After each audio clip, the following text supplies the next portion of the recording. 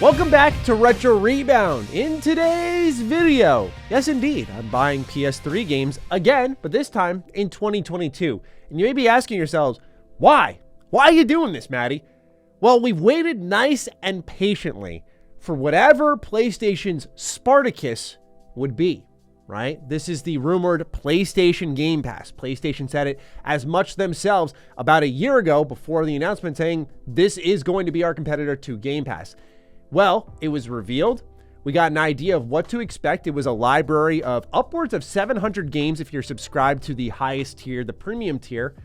And I was always wondering, what's going to happen with those PS3 games? Will PlayStation finally figure it out? Can I put the disc in the system like you could with Xbox with certain 360 and original Xbox games and play via back compat? The answer is no. Through this service, they're doing it with cloud streaming. Some games will be downloadable, others will not. So I've decided, screw that. I'm not interested in your streaming future. I want to have true ownership of my games. So I've started to buy PS3 games before inevitably PlayStation does a full-on Nintendo, which we saw what happened with Nintendo, right? They took their virtual store with all the virtual console games, took it all down to push you down the route of the Nintendo Switch Online subscription service. And now PlayStation absolutely mirroring that. Give it some time. I promise you that PS3, that Vita store, they are coming down. Start shopping now. So with that, ladies and gentlemen, I have a plethora of game pickups to go through in this video. If you're new here and you're looking for all that retro nostalgia content and the occasional pickup video like this, consider subscribing. With that, let's start off with one I've never played before. So I picked up Drakengard 3. This one I picked up because, number one, for you spine freaks out there who are like me, like I think of greatest hits. It's why I don't do that. I don't do platinum hits. I like a uniform spine across my collection. This one will drive me insane because it's for some reason blue compared to every other game in the PS3 library that is black. I don't know why they did it this way, but they did. So anyway, Drakengard 3. I have a lot of memories of the first Drakengard on PS2. That's an expensive game now, unfortunately. But I've always loved the Yoko Taro games, right? I loved his touch on things, the soundtrack in their games with Okabe, just so good. And I wanted to check out Drakengard because technically there's a specific ending in this game that gave birth to Nier. But also as someone who has a lot of great memories of Drakengard, where I think a guy loses his voice because he did something with a dragon. I forgot exactly how it went. It's been so long. But I was like, you know what? There's a third one. I've never played it before. The action looked awesome. And so it was $20. This was sealed, by the way. And as always, we'll crack open all these copies. Look at that. Look how pristine that is. Now, unfortunately, the manual is not really a manual. It's one of those slips. But $20 for a brand new copy. I don't expect this staying at that amount. I mean, this is a Yoko Taro niche Square Enix game. I totally foresee this going up. So to me, $20 felt like a steal. If it ends up staying that price, then great, sure. But if not, I feel like this is one I just had to get on right away, even if I've never played it. It seemed like a safe enough price tag to just leap on. So that's one of my pickups. The next one I got is one you may know about if you pay attention to the Retro Rebound comment section. So you'll see here I got God of War Origins collection. So it has Chains of Olympus, Ghost of Sparta. On the back it says every war has its origins. 2 legendary adventures remastered for the PS3 system with trophies. You may recall in my God of War reflection, I showed the God of War saga saying that there was never an Origins collection, that you could only download them. Someone swiftly and rightfully corrected me saying there is one. And so immediately to eBay I went, $25, snatched that one up, and here we have God of War Origins collection. Inside, indeed, it does come with a manual. Not the craziest one, right? We all know how Maddie feels about his black and white manuals here, but still a manual nonetheless, if the paper would cooperate with me. And the disc right here, all in all, a pretty nice, clean, complete in box copy. Nice and, as you can hear here, snappy. For $25. I picked this one up because I want to make sure I have all the OG collections. You'll see in this stash here, a lot of collections, a lot of trilogies. These are the ones I foresee going up in value amongst anything else that will be in potentially this PlayStation Plus service of theirs, because some of these collections are of old PS2 games people have wanted remastered for a while, and they're going to want to have the thing that you put into the console and actually plays the game. So I picked up God of War Origins collection. This one is for a future video. Spider-Man Edge of Time. Wow, yeah, I know. So I've gone through and I've collected all these older Spider-Man games that were at one point $20 and have now gone up a lot in value thanks to No Way Home. But now they're coming back down, and I would recommend now's a good time to start shopping for Spider-Man games, because I think with Spider-Verse 2, it's going to pop back up. That movie's going to be a movement after what No Way Home did for the Spider-Verse. Like, this channel grew a lot through that movie, and we're a retro gaming channel. Think about that. So that movie is huge. This next one's going to be huge. If you don't have any Spider-Man games, yes, the prices have permanently gone up, but they're not as egregious as they once were, where people were charging like $120 for Shattered Dimensions. A lot of stabilized, but this I got for $60 over on eBay. This is the one where it's not Shattered Dimensions, it's the one afterwards, so you only play as the original Amazing Spider-Man as well as Spider-Man 2099. There is an interesting story here where you're trying to stop the death of Spider-Man effectively, but I remember having a lot of gripes with this game, but it's been so long, I don't want to say anything definitively. We'll go back to this game in due time. Another manual that's black and white. Just happy to see manuals honestly exist at this point in time.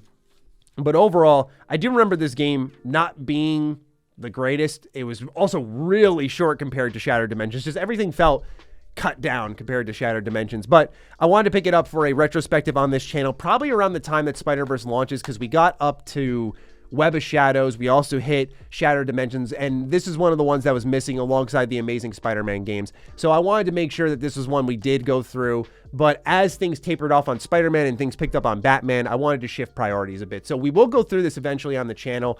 Again, I love the cover art for this. Just a real epic vibe here, especially the reflection you can see of Spider-Man 2099 here in the glass of Spider-Man. Just real heavy vibes for this game. So I picked that one up, again, $60. Now time to get into some Trilogy remasters. Prince of Persia. So I've been working on this big Ubisoft video, and I'm huge on capturing raw gameplay. I don't like to use much of it online. I like to avoid that where I can for video production. And so I made sure to buy a lot of the Ubisoft collections so I could capture gameplay for each of their games in sort of this retrospective documentary-like video I've been working on for them. And one of them was Prince of Persia, so it comes with Sands of Time, Warrior Within, and Two Thrones, all in high definition, all in trophies. The epic Prince of Persia trilogy remastered in HD. This was during a phase in the industry where every other game that was getting announced was another PS2 trilogy being remastered and re-released. Inside, it is indeed complete in box.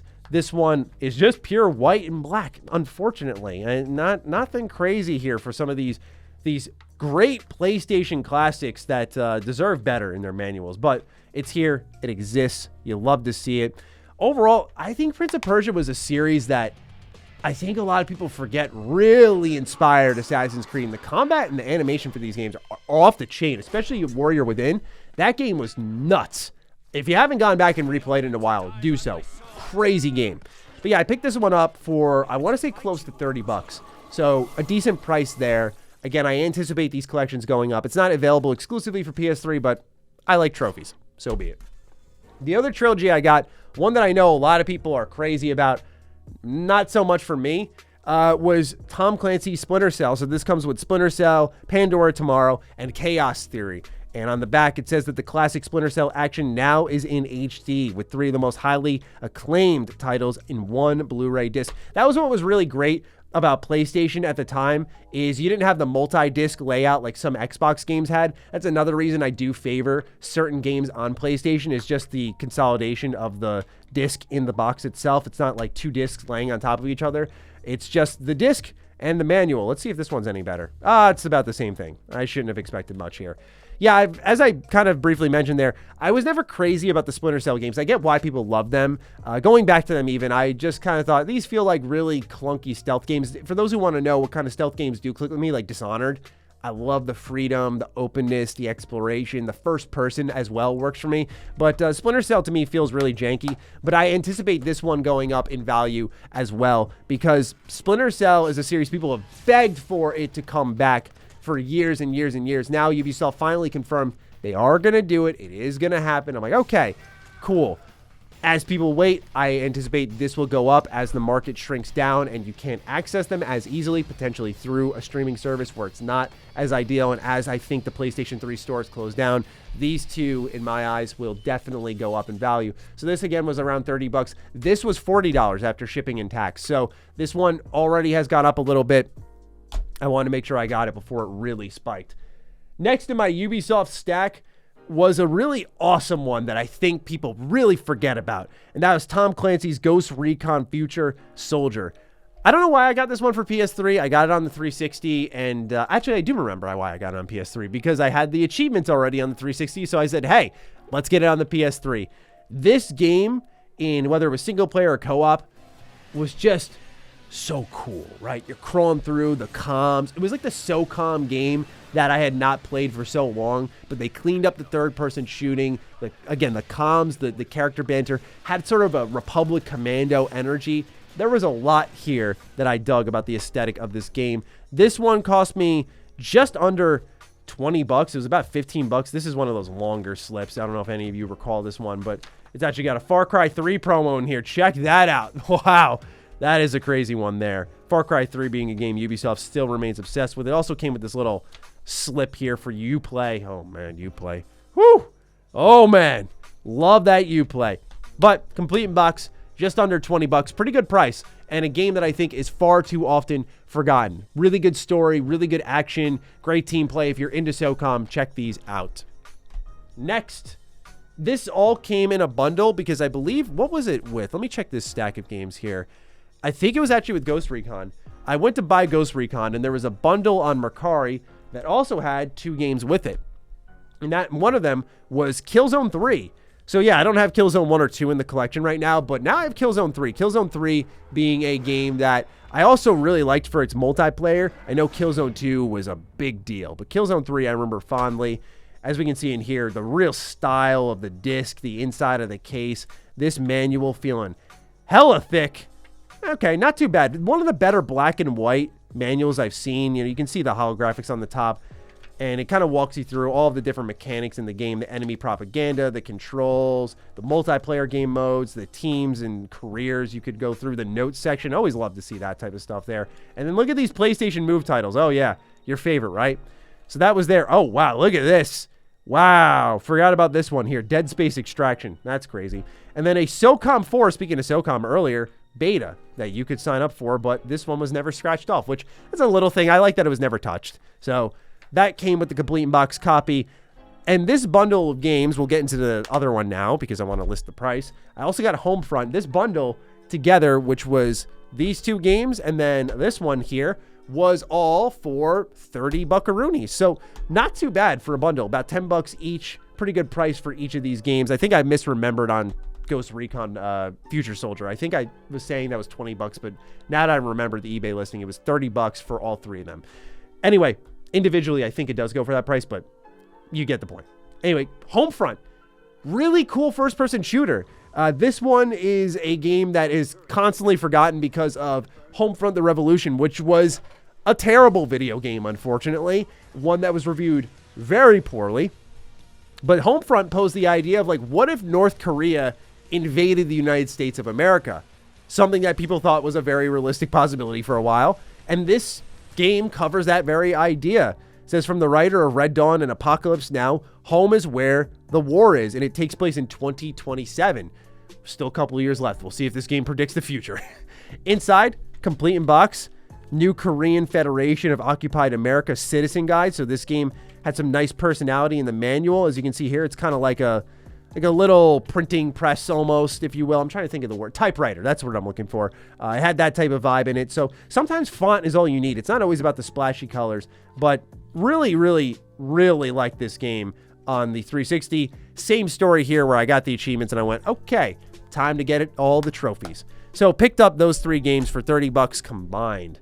All right, we got 3 games left. All of them came back to back to back, and we have talked about them here on Retro Rebound in a separate video. We got the Batman Arkham games. So let's start off with Batman Arkham Asylum. You may be asking yourself, why not just get the HD remaster and consolidate your collection? I don't have an answer for you. I really don't have anything that's logical. This is how I wanted to do it. That's all there is to it.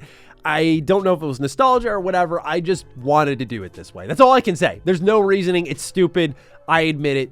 Let's move on to not insulting me. Arkham Asylum, the GOAT, right? This is such a good video game. Really what started AAA superhero game development. This game has a nice meaty manual too. Like this, look at the thick boy here. Look at that. That's not bad at all. This game, though, really defined what superhero games would be for years and years and years, even if affecting the Spider-Man games, which led the pack through the Raimi era for a while. Those Spider-Man games, like the Amazing Spider-Man 1 and 2, tried to be what Arkham was. The Captain America game tried to be what Arkham was. No one could. Arkham Asylum started it all. Just something about having that original copy in my collection feels really good and not just some thrown together remaster. So all of these games that I'm going to go through the Arkham collection were about 10 to 12 bucks each. Really cheap, obviously, because there's so many ways to access them and also better ways. But I just wanted to have the originals here. So you'll also know there's a reason why I picked up the originals beyond that in a moment. You'll know. You probably already guessed why. But let's talk about Arkham City first. Arkham City being the game that put open world AAA superhero games on the map, right? It's one thing if you go Arkham Asylum in this nice confined environment, but then you go open world, and we're not talking Spider-Man in 2004 with Spider-Man 2, or was it 2005? I'm misremembering, but Spider-Man 2 was the open world superhero game for over almost a decade. And then Arkham City comes through and says there's a new hero in town. This game, also iconic to me, comes with the catalog for items that you could actually buy. Look at that, like the Joker hat here. Pretty cool stuff. And then it also came with, if my fingers will cooperate, Gotham City Imposters promotion. That one was hilarious to find inside our Retro Rebound video on the Arkham games. And then, yeah, the little trifold here. So nothing crazy there. Not the best complete in-box copy, but if you care about all the slips and stuff, only 10 buckaroos and an excellent video game that if you have not played, you owe it to yourself to experience. Last game, and the main reason why I did pick these games up on PS3 to kind of complete that collection was Arkham Origins, which remains completely neglected because it's Warner Bros. Montreal, I guess, and heaven forbid they make a good Batman Arkham game that no one talks about anymore. But yeah, complete in box, another 10 buckaroos here. This one was sort of an origin story for Batman about his fight against someone named the Black Mask, and all I'll say is the Deathstroke boss fight in this game was top-notch stuff. One of my favorite boss fights in superhero video games, but this game was also phenomenal. And I love the detective stuff in this game. I just wish it got more credit. And as they continue to bury it, I think this game will only become more valuable as time goes on. But that, ladies and gentlemen, is everything that I have picked up recently for my PlayStation 3. I'm going to continue to collect because I don't like this subscription service of PlayStations. I value owning my games. And so I am going to do just that. So, ladies and gentlemen, what do you think of everything that we have here? Are you making any pickups yourself? Let me know down below. And with that, I'll catch all of you in the next Retro Rebound. Peace out.